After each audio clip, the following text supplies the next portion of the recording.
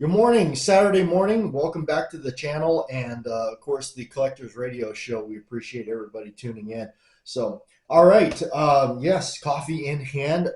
The cold front has hit us. It has actually been rather cold well, I guess as we are entering winter. I think winter doesn't start till next month, right? We're still in fall. But yeah, it's been wonderful. Joints are not happy about it, but it's kind of like a toss up. I think, it's like, yeah, I really like the cold, but oh gosh, your body doesn't, and all that kind of jazz. So, anyway, but thank you for tuning in every Saturday morning. We appreciate it. We have all the people here in your comments. We, of course, we read through your comments and everything. So, if your comment wasn't read, sometimes it could be because you commented after the fact of the production of the show, or your comment got pulled for whatever reason. Unfortunately, that was happening to one of our really good commenters. He's always there. That was happening to Slim. No reasoning why, but I'm glad it got fixed. So anyway, here we go. First up, in no particular order, we have from the AZ Ghost guys over there. He says coffee and morning with Bat Jack. Yes, it is the morning time, and everybody's tuning in. I don't know what the temperatures are like where everybody else is. So, and we got one here from James. James says, "Good morning, JW. This is a great Saturday morning show. I learn something new every week. Thanks for your time." Well, we appreciate your time, James, for tuning in and spending your Saturday mornings here with us. And we do have some things to talk about. Actually, this is one that I wanted to talk about. We've talked about these type of things before, but I kind of wanted to take more of the relaxing approach as we now do this type of show, in regards to the old Colt wood grips, as they were called, from back in the day. So that's what we're going to talk about. Hopefully everybody's jazzed and stay tuned for that. All right. This one here is from my man Led8541. Led is an awesome dude. Great channel. If you go check his stuff out, some of his barbecue videos are the best. Really cool stuff. I tell you, if you're not hungry, you're going to watch his videos and you will be. Or if you are starving, probably get a big bowl of food before you start watching his content. His bacon video is by far my favorite. All right, this is from Led, and he's referring to our topic from last week. If you haven't chimed in or didn't see that, we were talking about some stuff that 1911 stuff again. Yeah, I know, right? But come on, that's why you're here. But anyway, he said, I've taken my 45 apart quite a few times and never have even thought about which way the recoil spring goes. I just put it on and run the thing. Great video. Have a great rest of your weekend, Led. What a great comment. Again, that's exactly the kind of thing I was talking about. Here's Led running his 45, 1911 so many times and took it apart, put it back together, and never even bothered which way that spring went. So, again, and I've talked about it. My Colt Classic, I run the flat wire spring in it. It doesn't matter which way it goes. In fact, I couldn't tell you which end was what anyway. They're both the same. This one here is from Tin Man. Always appreciate your show. Thanks. And we thank you, Tin Man, for being here, everybody. We always appreciate your comments and being here. Your comments is what makes up this show. Jeffrey Richardson says, "Good morning. Great information. Thank you for sharing." Yes, that's what it's all about here. We share information about different things, products, be it if it's good, bad, so we don't, waste our hard-earned money on it, and all that kind of stuff, because I don't like wasting my money on things. Crazy Scotsman, my brother over there, Crazy Scotsman, man. I even got Mr. Holster's hat. Yes, Mr. Holster, our fallen friend. He sent me this. I actually won it from his sock show. My God, anytime we think about Mr. Holster, and every time I do one of these shows, I'm not kidding, man. I always think of Mr. Holster. Mr. Holster was what a wonderful person, really wonderful guy. Did this type of platform of a program like nobody else. I tell you, he was just perfect for it, and he had that thing called the sock show, and he used to do a little giveaway type deal. And you know what? I give him a huge credit for that, because I tell you, doing a giveaway is so hard. And I've been, I have personally been trying to think about how to do something. I don't think I could do something large because the problem with doing giveaways is for me, and I this is why I really always kind of hat tip to him, because to get the time to go out to the mail, the post office, and get a box sent off. Um, especially like with my schedule, man. Oh man, and then now it's really difficult. Like and I always felt uncomfortable with collecting addresses or where do you want me to mail this thing to.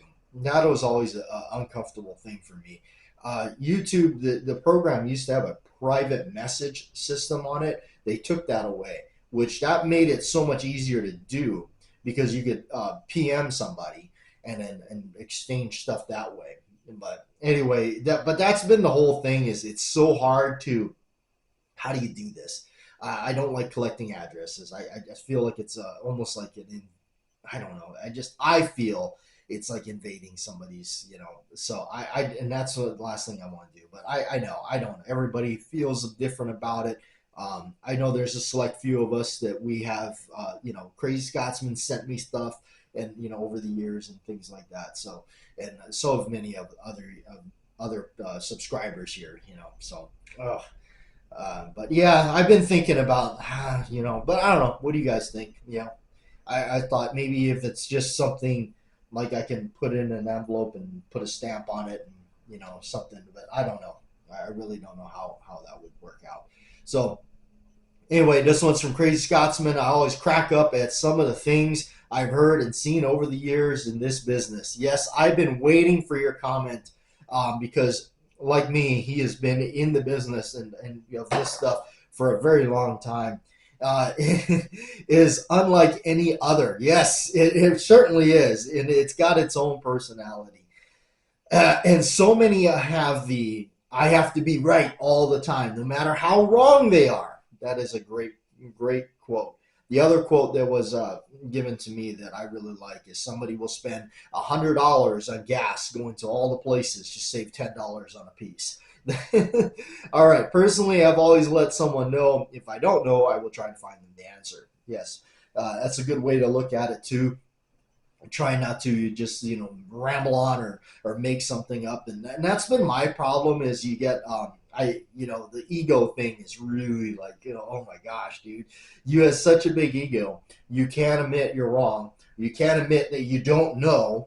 So you're just going to run around and just make up stuff and just tell somebody any kind of line of garbage. That is so stupid to do. And in the end, the person that looks the most foolish is you. But then, you get some of these people that just really don't care. They're so full of themselves. And this one is from Joe P. Swig of coffee for Joe. And all the working class people, all the 9-to-5ers, and those of us that been at the grind and now are retired. Hopefully you can and keep going, on your retirement. Much appreciated for all your hard work and everything you've done. All the time of your life that you put in. Joe P says, "Good morning, JW. I started hearing, sir, this is a Wendy's in a meeting right before I retired. It was a funny way of saying you were off topic. Always generated a laugh." I guess in this show we do kind of go off topic a lot of times, but that's the beauty of it, and that's actually why I enjoy doing this format more than anything now. We used to do a lot of just like tabletop reviews and kind of shelve that idea. Although I did kind of put together kind of a video real quick on these grips that will be airing tomorrow. So make sure you check that out tomorrow, bright and early. One of the very seldom videos I've ever done with the camera. In fact, it was almost like, how do I actually do this again? Because it really has been quite some time since we've done it. The next one here is from Slim Fire. Our man Slim Fire says, "Morning, JW. I'm glad that the weather is getting nice for you and back east too. I've always put the recoil spring the same way you do. I've seen videos where people have put them the other way too.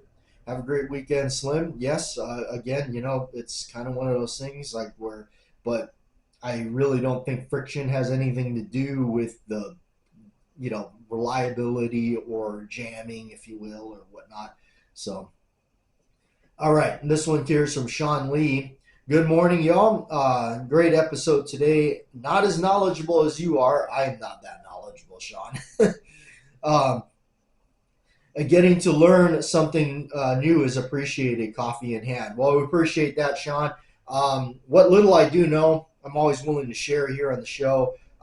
Things that I've either read or picked up over the years and heard over the years. So it's kind of like a mesh of stuff. You kind of gotta like sift through things. So when you're many years at the counters, you hear a lot of things, and you just kind of go, well, maybe not in that aspect. So. All right. Getting on to the show, or what we're going to talk about. And this time we're going to be talking about the grips on the 1911s, and specifically the grips from the era of probably post-World War II to right around the 50s.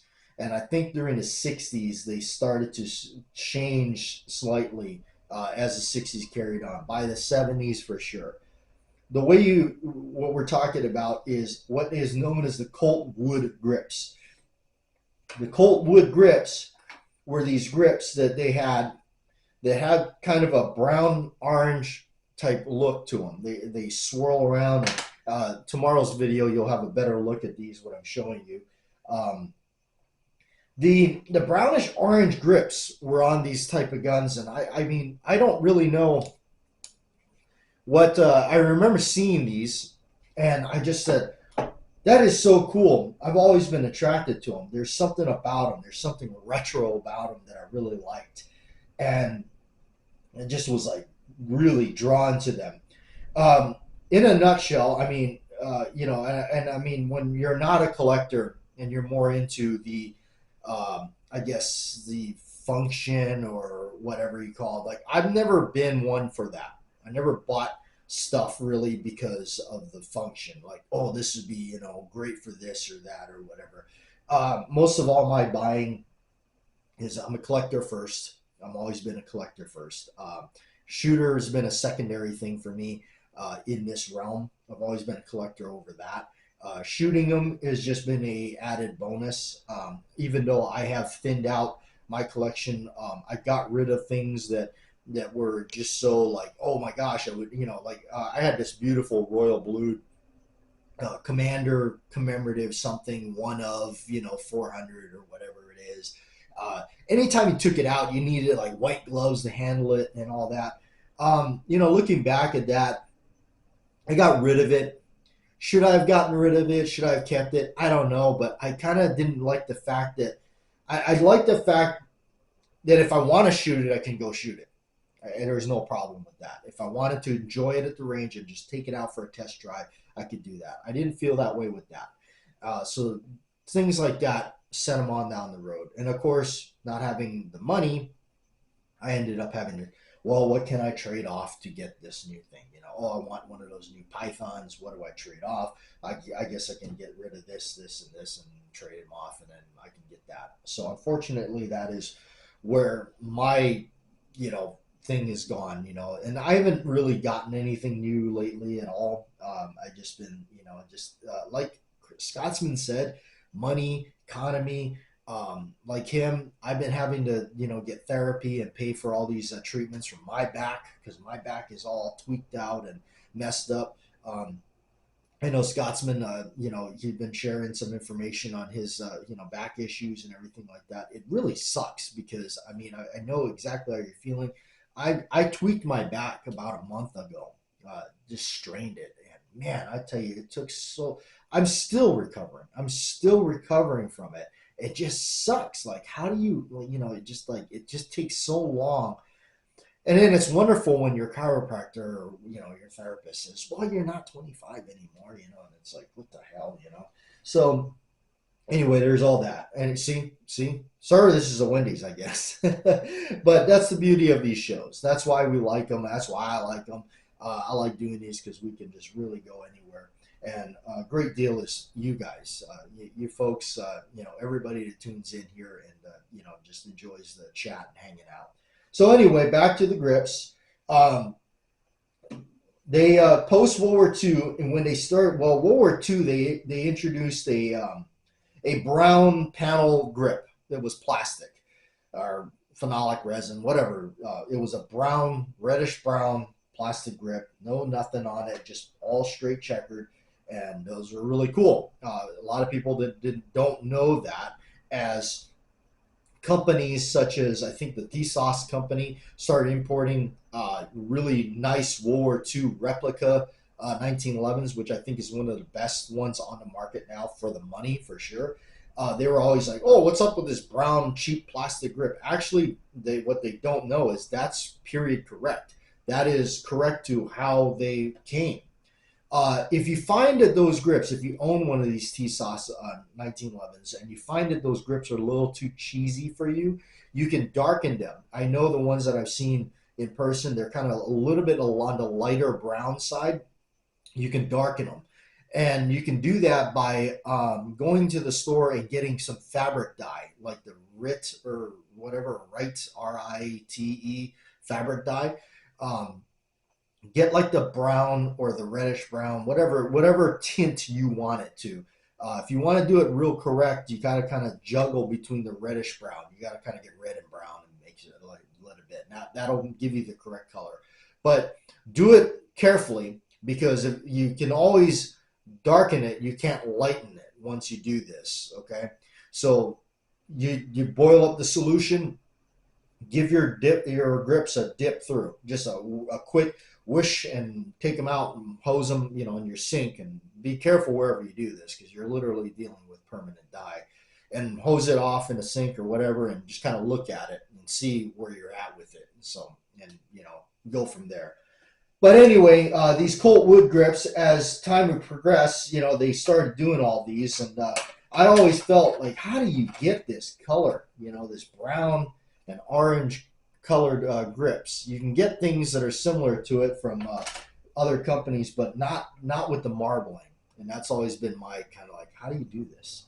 So anyway, I just wanted to kind of talk about them a little bit and bring them out because during the 70s, as the 70s are getting going, they changed them to like what is known as the barn siding grips.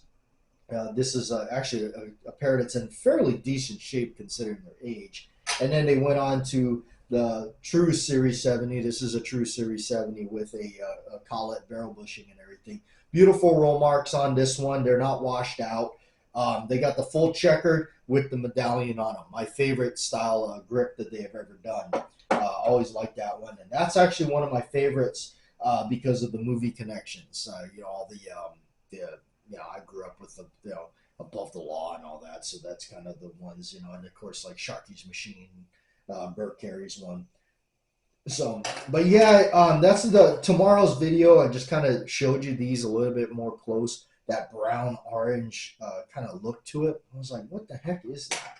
So that's where that is coming from, and that's what all that talk is about. Because over the years, I don't know, I've always been attracted to them, but never understood what this was all about. Why? And I know that what I've heard is they did the brown and orange mixture to kind of create a wood grain, hence them calling them Colt wood. And they did do them for other guns. I've seen Colt Challengers with them. That's the 22, I guess, budget-friendly woodsman. I've seen some woodsmans with them. And revolvers. Some of the official police revolvers had them. So there's other ones, mostly, I've seen the 1911s. I've seen some of the detective specials or like the Cobra model with them on there, that marbled grip. So I've seen them around.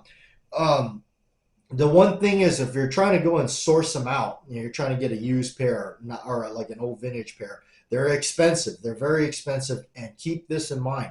They shrunk. That was the major problem with these. They would shrink and they stopped fitting on the guns. They would shrivel up and shrink down to the point where even if you did get them on your 1911s, for example, it may not look correct because it looks really small on there. That's a possibility. I've actually got an old pair, ones that are I think they're black. Um, they shrunk so much that they don't look right, and I don't even know if they fit on the frame itself. So that's the other thing, and they would crack. They would start to crack on here and here. Also, word from the wise, I did hear from people that have them. If you have a 1911 or something with them on there, the originals, don't take them off, because the minute you take them off and go to store them or something, they will, and then you can't get them back on, from what I heard. So this kind of prompted me to start looking into, can I make these or recreate these in some way? Because as you guys know, I started making my own grips when I broke my grips off of my rooster shooter, which is the yellow ivory style grips from that. So that the rest is history on that. I guess it was a happy accident, but yeah, I started doing that and myself, and getting those. Bottom line is, they're not that great.